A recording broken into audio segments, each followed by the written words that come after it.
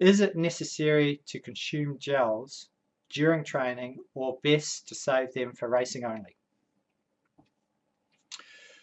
Well, look, I could talk, for a whole hour. In fact, I do talk about a whole hour about nutrition. So, firstly, you don't need to eat anything if you're riding for um, less than a couple of hours. You should have your metabolic efficiency sorted out so you can go out for a ride and you can use your glycogen storage and you can ride without really needing to eat anything during that ride or even before it. Now, that's a good thing that you want to work up to. Now, obviously, if you go out for an hour-long ride and you start seeing stars, and you feel a bit faint and that sort of thing, then stop, eat something. Make sure you've got something like a gel or something.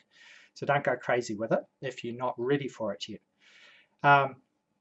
But should you consume gels during training rides? Generally, for me, the longer rides that I do, I progress. This is personal for me, and it's always personal.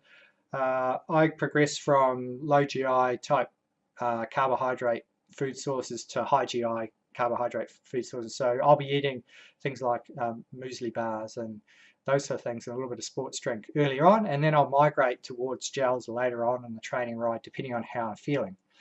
And it's also dependent on whether gels are something that you can stomach. But generally, you want to work more on your training on the lower GI type carbohydrates.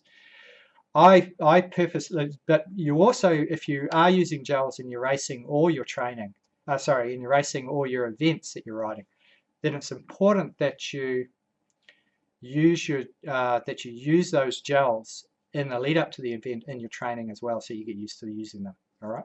There's no sense in eating gels just purely in racing and not eating them in your training, because when you're not used to it. So you've got to work out your nutritional strategy and stuff in your training and make sure you're used to eating those types of foods.